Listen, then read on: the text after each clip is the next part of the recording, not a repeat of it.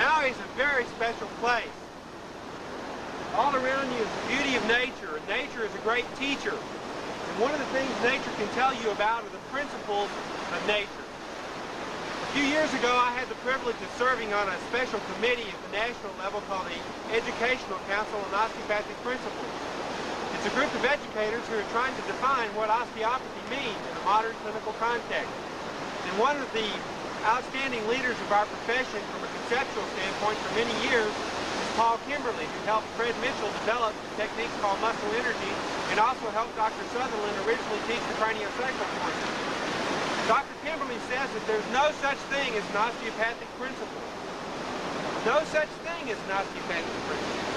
And yet we as a profession claim to hinge our whole identity professionally on the idea that there is something different about osteopathy from the standpoint of the way we approach medicine.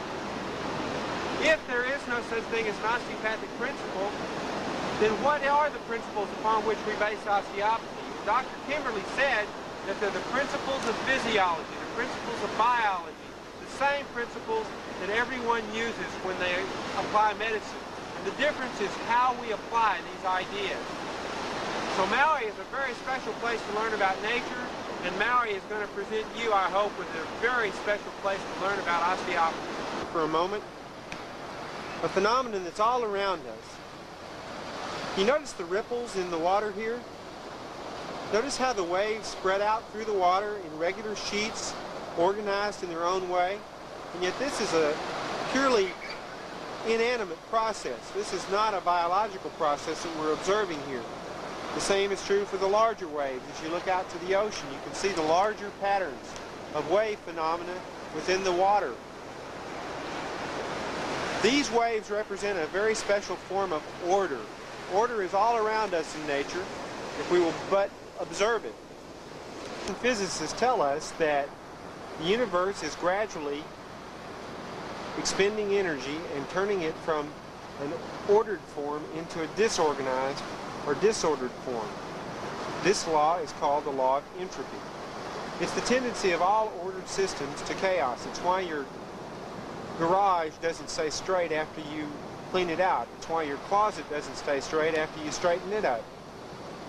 Order is a very special property of matter, and when matter is ordered, it seems to resist entropy.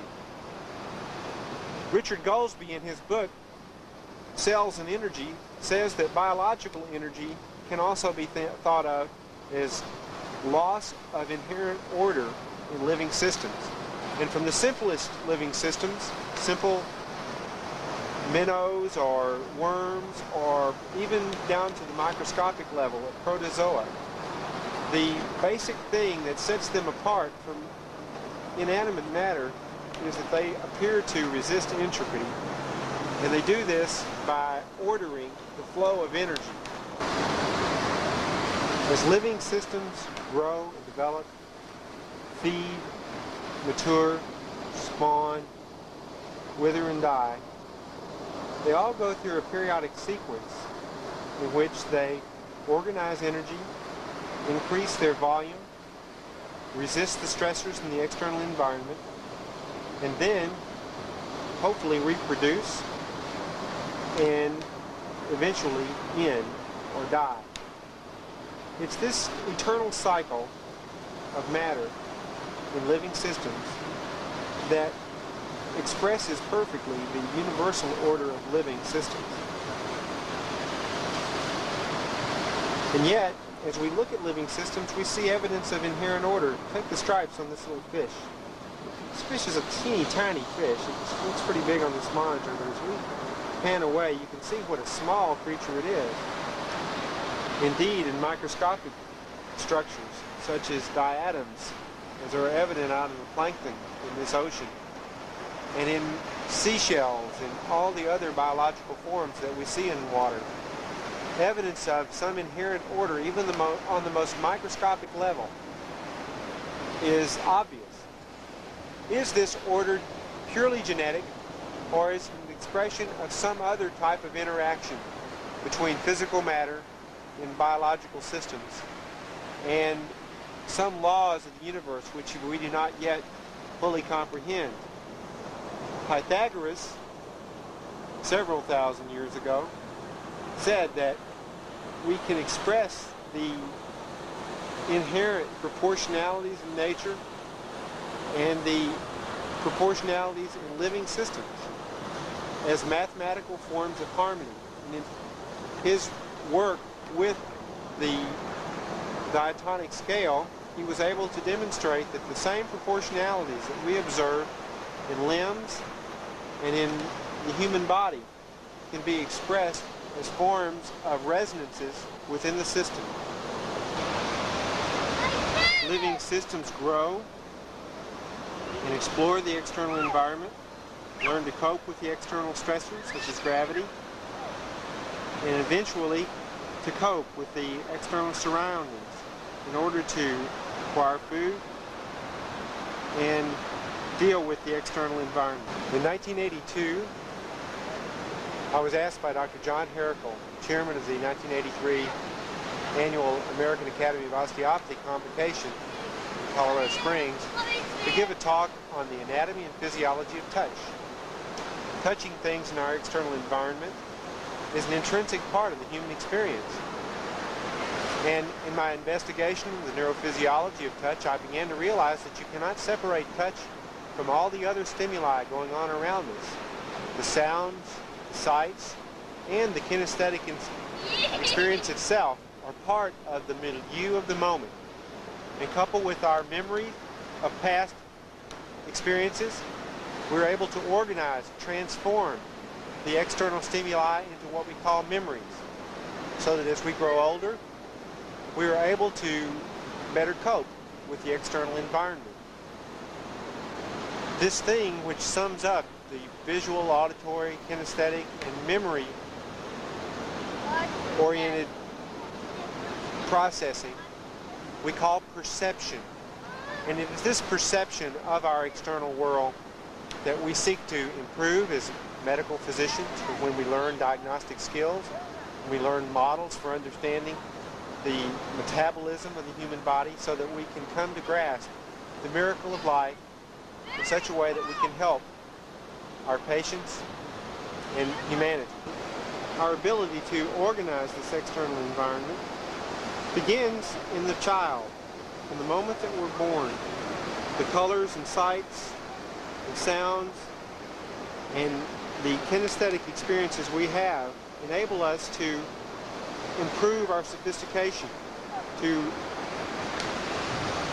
organize this external world more accurately, and hopefully learn to deal with it in such a way that we can be successful as adult organisms. Understanding of this phenomenon called perception has improved drastically in the last 10 years. When I was in medical school, we were taught to think about memory as though it were a digital memory. As you see in computers, in which the information is stored forever in the cells. And this model yielded some important insight into the process.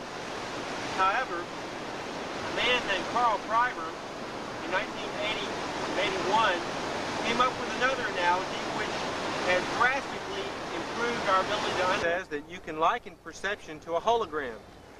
In a hologram, you have an object which you are going to take a laser beam, this is a laser, and shine a coherent beam of light toward it. You take a mirror that is semi-transparent, like you watch patients through, they aren't looking, and you split it off and bounce it onto the object from one angle. You let the other angle bounce off of it, and then you take a photo emulsion and let the interference pattern that's created go onto the emulsion. Then, if you take a second coherent beam of light and shine it through the emulsion, shine it through it, it will reproduce the interference pattern that produced the pattern on the photographic plate, giving you the illusion that the object is there, and that's what we call a hologram. See, our perception is very much like a laser, in that all through my body, your body, and everyone's body, we have many different types of receptors. These are specialized nerve endings that give us information about external stimuli, tell us about colors and textures and so on. And we have many different types of specialized receptors in the skin. You have Meissner's corpuscles, Pacinian corpuscles, Krause-Yen bulbs, and all these various types of receptors that report the same stimulus but with a different way of seeing so that we get different versions of the same stimulus. This could be likened to the two beams on the laser beam, one that comes directly off the object, the other one which is called a reference beam, which is turned around and gives you another version of the same object. So that instead of using a photographic emulsion to record these differences, all of this information comes in from my body regarding the sounds around me, the jet airplane, the ocean, the rocks, the moisture, the temperature, and so on. And all of this information is brought into the nervous system, and via the reticular activating system in my brainstem, this information is filtered, and then it's relayed through the thalamus, and passed up to the cortex, where this very complex interference pattern is set up, and we get what we call perception. Which is between a hologram and a picture, is that if you take a hologram and maybe you have an object here in the center of it, if you cut off just the corner and look through the edge of the corner, you'll still be able to see the object at the center of the picture. So only a little bit of the information in the whole picture. You're able to derive information that would not seem rational if you were thinking about it like it was just a two-dimensional picture. The difference is that you have an added dimension in your comprehension when you have a hologram. And relationism, which is a term that I coined, is a term that describes the relatedness of events over time. Now, Einstein told us that relativity compares our perspective on a situation to other people's perspective.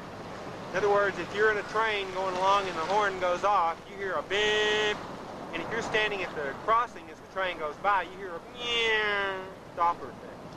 So the difference is your frame of reference, and that's one way to illustrate relativity.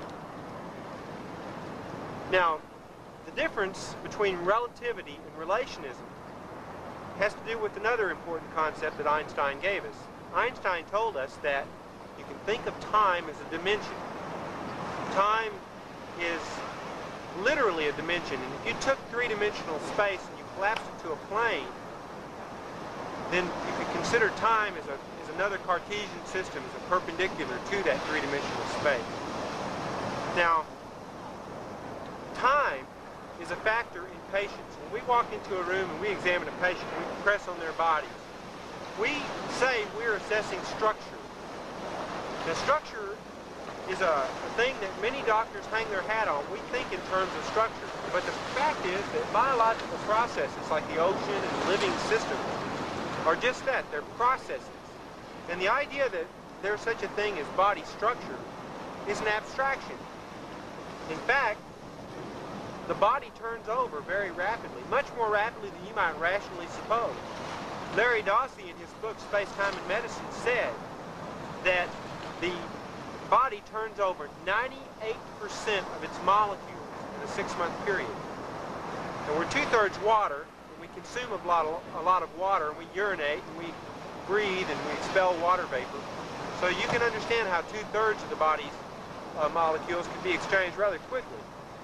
When you take in protein metabolism, shedding of skin, and the various metabolic processes having to do with enzymes and movement of things, you can also see how other molecules can very quickly be used up and have to be rapidly turned over. But most of us don't really think that 98% of us is different today from what it was 6 months ago, and we replace almost all our molecules in a 5-year period. The difference, of course, is that we are processes, and we are biased by our experience in histology lab and our other biases that we have introduced to us in our training to make us think of the body as a static structure. The body is a process. And if you've ever watched movies of the cell at the moment that the egg at the moment that it's fertilized, you see it as a vibrating, dynamic process. And yet, if you fix it with fixative and look at it through a microscope, you may think that it's a static structure. The body is a process, and it's an ongoing process. And this abstraction that we're a structure is just that, it's an abstraction. Now, when you consider that one of the primary principles of osteopathy is structure function, where does that leave us? The dentists say that form follows function. The shape that things maintain has to do with the way that they are working.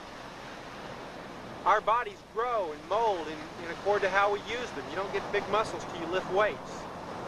And your body is a process that responds to the forces that pass through it, whether it's sun, you get a suntan because it produces a complex neuroendocrine response, melatonin and so on, or whether you're talking about your muscles, whether you swim regularly and you keep your body in shape. These are things that we say in shape, but what we really mean is that you maintain a healthy form. Now, our form is also the sum of our shapes. As we move about, we are constantly reconfiguring our hard parts, our bones, our ligaments and so on, against the external stressor load. And we vary our position in space by altering our configuration of our parts. The spiders that we see in the world don't have extensor muscles, they only have flexors. And the way that they work is that they shorten their extensors their flexors when they want to bend their arms, and if they want to extend them, they pump their flexors up. They increase the volume in them. In many ways, the process we call reciprocal innervation can be viewed as a volume regulation mechanism. Now, most of us study muscle contraction with frog preparation. And remember that first impressions often are most lasting. So when you see a preparation in your physiology lab where you give an electrical jolt to a muscle and you see it shorten, you're biased in some very subtle ways. First of all, you see a hardened muscle after it's dried out from opening up the skin. And also, you see it only shorten. You don't see it lengthen because we don't have good ways to reproduce the relaxation of the spine. When actin and myosin contract, they shorten. But when they lengthen, the actin and myosin rehydrate or increases its fluid volume. So when we are regulating the position of our body in space against gravity and the external stressors that work on our bodies, what we're actually doing is veering or jumping or swimming, maintaining our balance against gravity. We are constantly negotiating stressors, mechanical stressors, biomechanical stressors. And these biomechanical stressors are trying to deform our bodies, trying to press them, move them in particular directions. And through the wonder of our nervous system, we coordinate our response against these stressors, allowing ourselves to negotiate the gravitational field, to regulate our body shape and configuration in such a way that we're not thrown down, that we're not at the mercy of these external stressors in our environment. Now, I mentioned a moment ago, and if we're actually primarily a fluid, how in the world do we resist gravity? It's a constant stressor. It's present from the time that we're conceived, and yet we are able to resist 150, 200 pounds of gravitational force and raise ourselves up from the surface of the earth and move about physically. The answer lies in Webster's dictionary. Now, Webster is often a good place to go to look for things. And if all living systems are able to resist gravity, what property do they have? Now, we're processes, and we are derived from a fluid medium. Supposedly all life arose in the sea. So there's something there that doesn't seem to fit, that we can be both solid and liquid simultaneously. Well, if you look up the definition of protoplasm in Webster's, he says that it's a semi-fluid, viscous, translucent colloid, the essential matter of all animal and plant cells. It consists mostly of water, proteins, lipids or lipoids, carbohydrates, and inorganic salts. So protoplasm can be classified physicochemically as a colloid. Now, most of us had colloids when we took our classes in inorganic chemistry. But if you're like I was, that term, when I first encountered it, sounded kind of peculiar, and then I forgot it until I got involved in a discussion over what the body would do in outer space as opposed to being in a gravitational field. I've been reading Dr. Magoon's book on osteopathy in the cranial field, and Dr. Magoon described the body as having the physical properties of a colloid. Now, a colloid then is a complex solution that doesn't come out of solution. It's kind of not exactly a suspension, but the molecules that are within it are big molecules. And these big molecules have a lot of reactive side groups. They're highly charged side groups. That means that when forces work on a colloid, it doesn't behave like a regular fluid. Let's take the example of karate chop. Why is it that a person with a normal hand, when you shake hands with them, can walk up to a brick and go wham like that and crack the brick? Well, in order to illustrate this principle, I think it would be useful to show you a model of a colloid, a simple colloid, not a living colloid, so you can begin to appreciate these mechanical properties. Let's do a little experiment here. This is a box of cornstarch, plain old cornstarch like you use in the kitchen. And cornstarch, if you'll recall, is actually a sugar. And it's sugars are long molecules.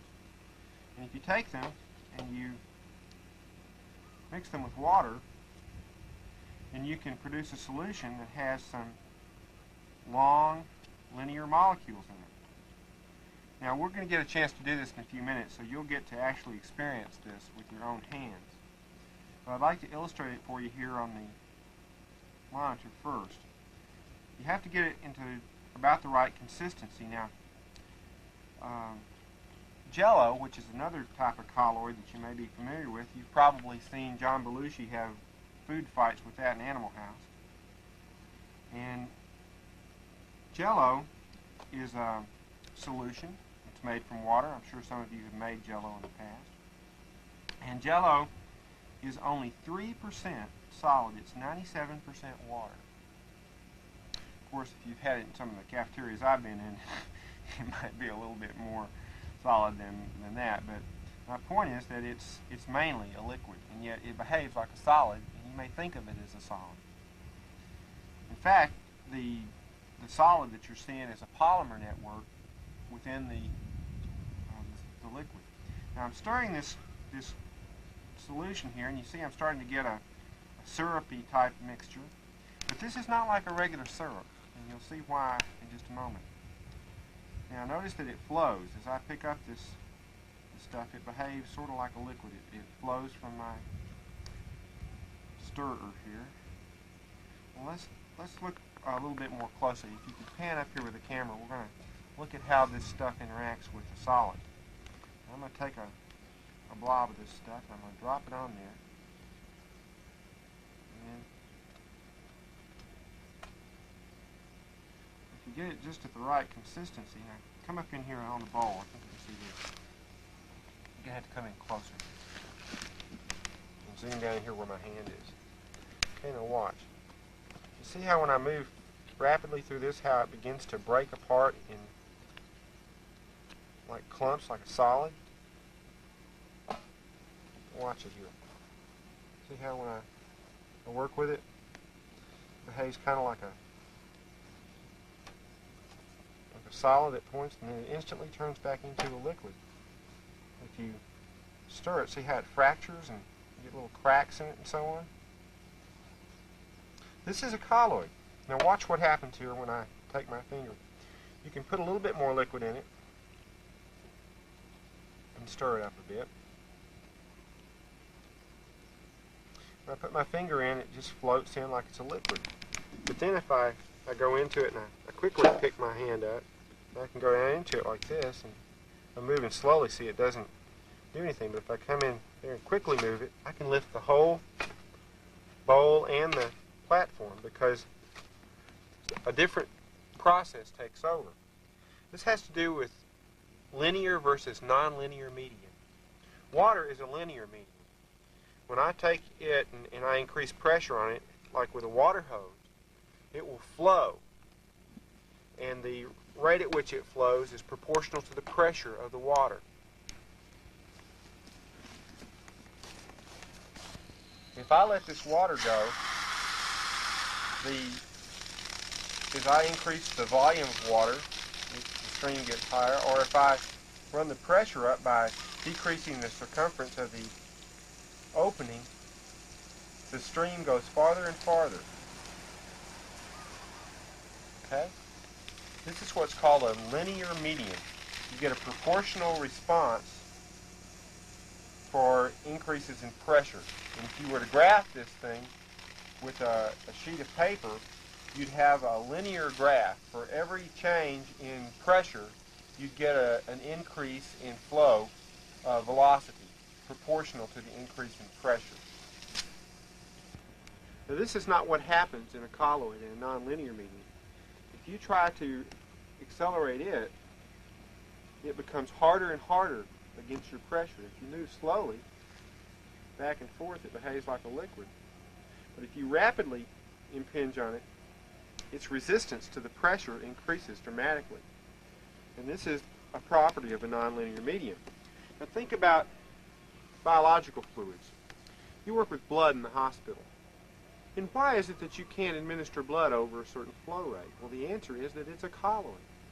And if you try to pressure blood and force it into the body, besides lysing blood cells, you also generate increasing turbulence to the point that it will actually clog. And that's why we have to have large bore needles, large bore catheters to administer blood, and why you can't give blood over a certain flow rate. Colloids also maintain a certain osmotic pressure so that they maintain a proportionality of hydration between the vascular system and the surrounding tissue. But this colloidal property should extend to all living things. So how does something that's basically liquid resist gravity? It does this by a density shift.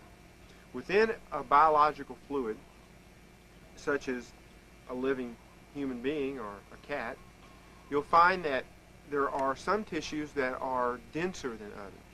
They are no longer predominantly liquid, although they're all suspended within a liquid medium.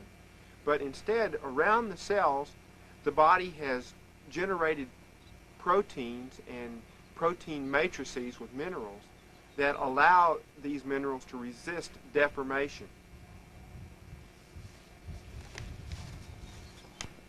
Now, biological forms that left the ocean were able to resist the gravitational field by generating structures that resisted mechanical deformation without waste of energy. In the ocean, most biological forms were able to maintain their integrity within a fluid medium. The velocities and impacts involved in maintaining their body structure involved largely resistance to being torn apart. And then as the larger forms, such as fish, evolved, they were able to resist mechanical deformation by generation of cartilage, which is a hardened type of gel, but which still maintains some rubberiness or flexibility. But when the vertebrates that left the ocean began to try to negotiate a gravitational field, they had to do so without constantly wasting energy in the act of resistance to gravity. And they did this by the evolution of bone, which is a special substance derived from cartilage, certainly, but which utilizes a crystalline matrix. Now, you know that crystals are forms of matter which are in matrices. They form regular interconnections at the molecular level so that they maintain a certain type of order or resistance, and they don't very easily change once they're formed. They resist mechanical forces, and they're very hard structures. Now, bone is another type of semi-crystalline substance, but it's alive. Now, in the ocean, there are corals that also are very similar to bone, but corals are colonies of unicellular organisms that generate their hard exoskeleton, as it's called, in order to resist the physical forces in the ocean. Bone generates, the medullary portion of this bone is gone, but you can see these concentric rings around the edges of this bone. This is a tibia cut in cross-section from an animal, probably a cow. that shows circular rings, and these rings are traces of the forces that have passed through that tissue. And the cells that are in there in those Haversian systems, when subjected to these vibrational impacts, were triggered by these vibrational forces to produce hydroxyapatite, which complexed with calcium and formed the living bone. Now, Viola Fryman, who I'm sure you all know, said that studying dead bone to learn about living bone is like studying telephone poles to learn about trees. And this is certainly true. This type of bone, which is hard and dried out, is nothing like living bone. Living bone is a dynamic process. Think how quickly a fracture heals. You can take a cast off in how long? 2 weeks, 14 days? And how many hours is that? 300 hours? In 300 hours, millions of cells are able to realign themselves and regenerate a hardened structure, hard enough to bear weight on it and use it. Bone is a most remarkable substance, and a man named Wolff derived a mathematical formula for expressing trabecular patterns and growth patterns in bone called Wolff's law. And he said that the shape of bone, the way in which it molds in response to force, can be expressed mathematically. Whether you're talking about trees, which resist gravity by generation of a different type of structure called cellulose, which is a long sugar molecule, which is still a colloid, maintains its ability to resist gravity, or you're talking about living structures which vary their configuration instead of maintaining a static configuration like a tree, which we call living things or animals. It's this property that the tissues can resist that gravitational force without wasting energy that makes this aspect of colloids most interesting to osteopaths. Let's talk for a moment about another part of the human structure or of living structures, and that's the part of this system that utilizes much more energy because it is adjusting to shorter term force changes. And this, of course, is the muscular system. And when you watch a living thing, such as a cat which moves about, you see that they are constantly in motion, constantly varying their configuration, changing their shape in such a way that they're able to resist gravity, do what they want to do, and deal with whatever it is that they find in their environment. And they do this at the expenditure of large amounts of ATP, large flows of substrates, and much of their day-to-day activity when it comes to searching for food and so on is directed by this system, the neuromuscular system of the neuromusculoskeletal system that osteopaths find so important. Living systems that are able to negotiate a gravitational field, they vary their configuration constantly, and by doing this they're able to move about, and this could be viewed as a non-conservative, energy wasteful system relative to the more conservative connective tissue system that includes bone and ligaments and tendons, which turn over energy much more slowly and don't have to constantly go through the turnover of substrates that the muscular system enjoys. You'll recall from your physics classes, which you had to have to get into medical school, a concept called torque. And that follows a principle called the right-hand rule. It says that if you take your right hand, the direction of torque in a system is such that if an object is spinning on this axis, torque will be generated perpendicular to it along the right-hand rule. Now, you probably have already been taught that left-on-left sacral torsions in muscle energy are the most common restriction of motion in the sacrum. And believe it or not, this has some relation to what I've been talking about here with colloids. Let's take advantage of Maui a little bit more here. We're up in an area called Olinda where I live. And Olinda is up 3,000 feet on the slopes of Haleakala, the volcano here. And it gets cold here at night. It gets down to the lower 50s. And during the day, it's really pleasant. It gets up around 80, 85. And it's like this year-round. We're in the coldest part of the year right now. Tough living. And everything is still green and beautiful. As you notice, the flowers are still in bloom and so on. Well, the other day I hiked up one of the hills around here, and when I got back down, my wife hadn't come to pick me up yet, and I had to wait, and there came a rainstorm, and so I had to sit underneath an old water tower and watch the trees. And I noticed something very interesting about trees, which has some relation to what I want to illustrate here. We're going to go over here in the woods. Now I began to notice, as I was sitting there in the rain, something very interesting about eucalyptus trees. You notice how the bark on eucalyptus trees spirals around the center of the tree. And it does this in a fashion that is torquing it to the left. If you notice, the whole tree is twisted toward the left as it goes upward. Now, all eucalyptus trees seem to follow this pattern. If you get close to them and look upward, you can really see this left torsion mechanism at work.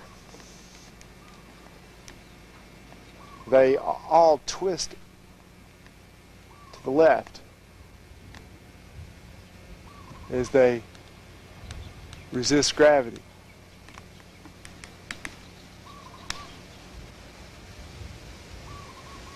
These trees, you see that there's a gentle spiral upward, and even the limbs themselves demonstrate this torsion process.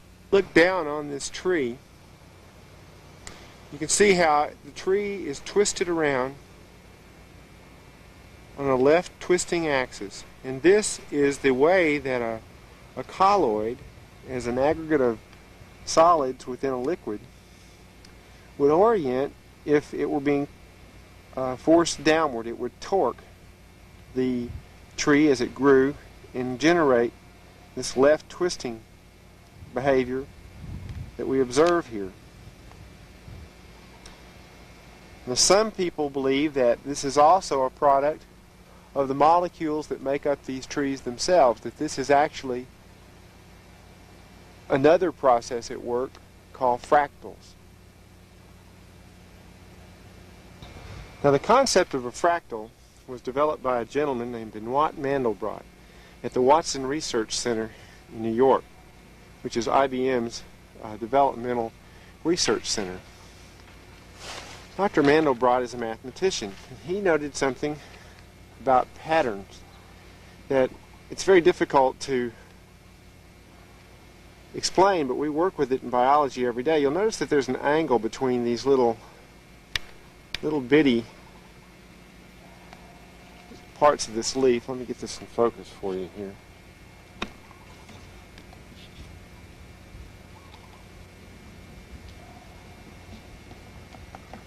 Yeah, that's better. You notice that there are little hair-like structures that split off of this, and the angle between the main stem and them is similar to the angle between these leaf structures and the stem, which is a similar angle to the angle observed between the individual branches and the twig, which is similar to the branch between the twig and the stem, which is similar to the angle between the limbs themselves, as shown here, which is similar to the angle between the branches of the tree and the trunk. True in all plants, the angle between the veins in this leaf and the leaves in the tree and the tree and its branches will be similar. This concept varies the dimension of the angle, but the mathematical expression of this angle can be called an algorithm. And fractals have been used to understand turbulence and many other nonlinear processes, they're called, that until the last decade have been impossible for us to analyze and understand. These concepts from mathematics and physics, which describe nonlinear media, are being used in the sciences now to tremendously expand our understanding of nature and other physical processes in our environment. These models are being used to develop space vehicles, aircraft, to predict the behavior of boats, like in boat hulls in the America's Cup, to model the shapes of automobiles in order to reduce drag coefficient and improve their efficiency, and to describe the biological processes that go on, such as flow of blood and so on, in better and better terms. This technology underlies much of the computerization of diagnostic imaging, for instance. And as this information trickles out into the sciences, as it is brand new information, it will tremendously expand our understanding of the universe and the world around us. Now, these mathematical models I'm describing to you, fractals, and other concepts from topology, which is the understanding of the infolding of closed spaces, being used to analyze motion of robots, and also at the Center for Nonlinear Studies in Los Alamos, New Mexico, a man named Mitch Feigenbaum and his team of graduate students are even generating computer models of simple biological structure. It is my belief that within the next few years, maybe next 5 or so years, mathematical models utilizing topology and fractal forms will be able to describe the form of more complex biological systems, and perhaps even the human being itself, as subtle forms of symmetry or balance, subtle forms of distribution of energy flow that describe the physical morphology of living systems in ways that we can't yet even dream about. These are emerging technologies. They're brand new. And as they enter our lives, just as computers and all the other technologies of the last few years have revolutionized existence in our country, we are on the threshold of a new understanding of mankind. We're going to appreciate relationships that exist between systems at multiple levels, so that by the time this little fella is grown, our appreciation of order in nature and our understanding of the process that we call learning and thinking and so on, learning about our world around us, will be a completely different thing from how it was when I was growing up. Indeed, as it was when I grew up compared to when my parents grew up. And we're going to do two things, hopefully, while I'm here in California. And those two things are, we're going to play with some cornstarch so you can get an idea of what nonlinear media are like. This colloidal model helps you understand the behavior of tissues in a technique we call myofascial, and also carries over to some degree to the craniosacral concept, which again is a system based on body fluidity and appreciation of the fluid systems of the human organism. We also, I hope, will have time to get on over into another concept which ties in with the model of holographic processing that I explained earlier, where you can take this fluid way of hooking onto someone, which, when we do craniosacral, we let our hands melt into the other person, and when something melts, it goes from a solid to a liquid state. And when we hook onto something in that way, fluids transfer vibrational forces, and as we take in those patterns, we're able to perceive things within the other person, but we perceive these things in our own bodies, and I call this perceptual transference. And I hope to lead a group within the undergraduate academy perhaps some of these students in exercises that will allow you to observe this phenomenon. Because a few years ago, I took a course in a technique called strain counter-strain. And I took this technique in my general practice in Phoenix, where I used to be delivering babies and doing acute care medicine. And had a lady come in with a headache. And whenever I would put her neck in the position to relieve the somatic dysfunction up in her upper cervical, my eyes would tear, and I would feel like I was going to cry. And after I got up and looked around the office to find out who spilled something and found everything normal, I kept trying to get this lady in this position, and my eyes kept watering. So I said, on a hunch, have you been crying? And the lady said, last night my boyfriend jumped up in the window and scared me when I was washing dishes, and I cried for 30 minutes that he could be that cruel to me. And then she said, how did you know that? Well, it was several years later, 4 years later, that I caught on to this idea of colloids and body fluidity, really a couple or 3 years later. And then I was going through some of my old engineering textbooks, and I ran across another concept called dynamic similitude, which I will explain to you with a chalkboard in a few minutes. And the colloidal properties, coupled with holographic processing concepts, will give you a way to trust information that is all around us all the time, that we pick up from other people. You've heard the colloquialisms, good vibes and good vibrations and so on.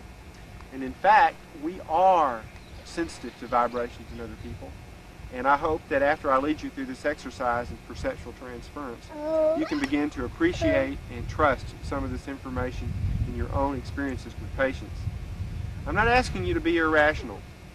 One of my friends said, you just want me to let go and be irrational. And I said, oh no. I want you to learn until you are certain that this is so.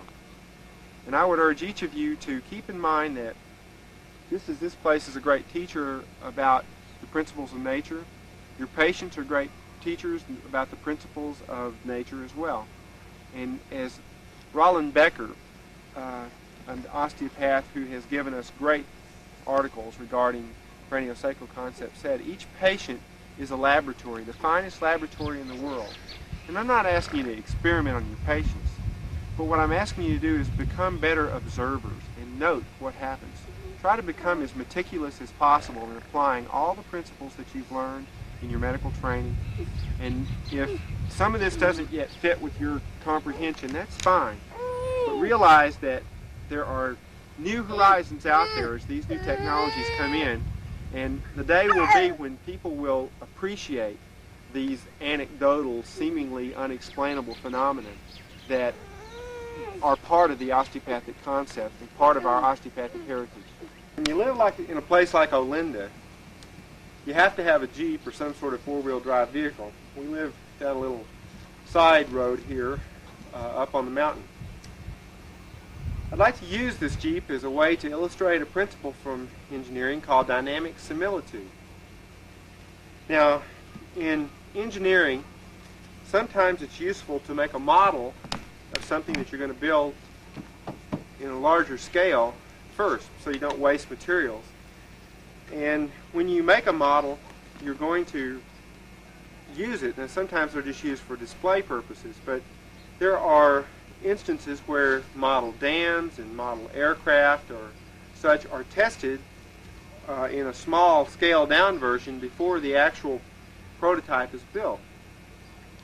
Now, if you're going to use a model to study physical processes such as turbulence or deformability of areas on a structure or the dynamics of that structure as it encounters external forces, the model has to satisfy certain mathematical criteria before your observations on the model are going to be analogous to the observations on the actual thing. Now, when a child plays with a Jeep, a toy Jeep, they're often disappointed because the wheels don't turn like the big Jeep. It doesn't have a motor that will make it go, and so on. And it's these types of discrepancies that make observations from the model not fit or fit the behavior of the actual larger structure. And the parameters that this is based around are really pretty simple ideas. First of all, the shape has to be similar. And although these things look very similar, obviously there's a lot of difference in how they behave. But the general geometry of these two shapes is similar. The scale is different. There's a difference in the materials that are used. Now, sometimes when you create models in engineering, you don't use the same materials that you use on the actual substance, because the difference in the magnitude of forces and even the properties of the material in terms of their ability to be machined differs tremendously when you get to a larger scale to a small. Now, like in aluminum, they had found that you had to use large door latches and stuff in order for aluminum to be strong enough to withstand the same forces that smaller hinges like steel can withstand. And so you have to get a real large and bulky structure, and although you save a little weight, you have to create large structures. So these material differences come into play, and when you are describing these mathematically, you're talking about differences in viscosity, differences in the point at which this viscous material will crack, the differences in pressure, the differences in temperatures, the differences in the directions of forces, like whether the wheels roll the same way or whether the forces that are dispersed within the model are analogous to the way that forces are dispersed by the prototype. So there's a mathematical formula for this that is termed the criteria for dynamic similitude, and it includes geometric similitude and similitudes of pressure, viscosity, temperature, and so on. Now, we use these principles in medicine every day, but we don't call them dynamic similitude. And when you walk into the intensive care unit and you run in and you look up at a monitor, and let's say you've got a Swan-Ganz catheter in a patient because they've had an acute myocardial infarction and you want to monitor what their pressures are. You're going to do wedge pressures on them to make sure that they're not going into failure. Now, if that balloon catheter records pressure gradients beyond a certain narrow physiologic range, you get pretty nervous and you worry and you make all sorts of suppositions about your patient's prognosis based on those measurements, although you have actually never measured this particular person's body before. Theoretically, they could be normal, although we know because of the limitations of the way the body's put together, the limitations of the materials, that there are certain physical parameters beyond which life is not compatible. Now, these types of suppositions, where we will take an unstudied subject and we will measure parameters like temperature and pressures and viscosities within them, and upon that information, suppose that the information is something we can use to prognosticate, utilizes this concept of dynamic similitude. These physiological parameters that we are measuring are based upon these suppositions, and the reason that we can make these types of wild speculative suppositions regarding a body in a critical state is that human beings exhibit remarkable similitude. We are remarkably similar dynamically speaking. Our dimensions may vary, but the overall layout of our organs, the overall composition of our bodies, the pressures, the motion potentials, the arrangement of the parts, all these fall within norms which are highly consistent from one human being to another. Hence, human beings exhibit remarkable dynamic similitude. And when structures are this similar, they can resonate very easily. That means that when we let our hands melt into another person and we vibrate with them, we can theoretically absorb patterns of vibration in our proprioceptor system that we pick up from the other person's proprioceptor configuration or density configuration. Now, you say these are too subtle, and I say to you that my ear can resolve energies in millionths of an erg in sound vibration in the air. And my eyes can detect energies as low as 1 photon, which are measured in billions of an erg of energy. So, first of all, we can be extraordinarily sensitive to energy. And then the other thing is that we are remarkably able to recognize patterns. If we've been taught models from our external world that allow us to appreciate the patterns within the phenomenon that we're observing. When you first listened to a heartbeat in physical diagnosis, you didn't make much sense of it. But as you listened to the tapes and you looked at the diagrams in your cardiology text and you began to associate particular parts of that barrage of sound with particular physiological parameters and behaviors that you studied in that physiology text, you began to see things within that heart, or hear things in that heart, that you did not know before. So these models of understanding allow us to pick up patterns that are always there, but that we don't have a model to fit.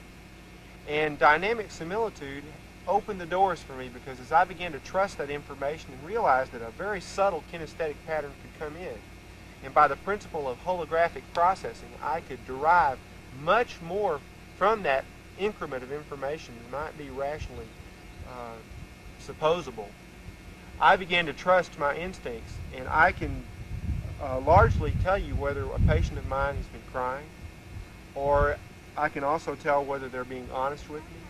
And sometimes I can describe the location of their pain, the duration of their pain, and the quality of their pain, and many other things that sound irrational. One of my colleagues back in Fort Worth is a cardiologist who took an Upledger course, and he went to see John Upledger, and Upledger worked on him one day, and he said, "Tell me, when you were 8 years old, did you fall out of an apple tree and land on a red wagon on your back right here?" And my friend looked up at him astonished and said, "How did you know that?" We don't know the limitations of this transfer of perceptual information. When you're working with somebody's leg after they sprained it, you can feel how they twisted it, and you're working with that model, which is compared to some ideal that you formed from examining normal people. And you're able to tell how their body's not moving physiologically. You are doing a tremendous associative task. And it's this ability of the mind to take a little bit of information and read a great deal into it that allows us to make a great deal of the external sensory load that we encounter every day. That filtration process and the number of ways in which we can filter information is largely what defines our adaptability and our intellect from the standpoint of kinesthetic and visual and auditory processing. This idea of modeling and our appreciation of new relationships, changes in the body that persist over time, patterns that persist over time in spite of the highly dynamic process that our physical bodies actually is. This process is a tremendous flux, and yet we seem to think of it as a static organism.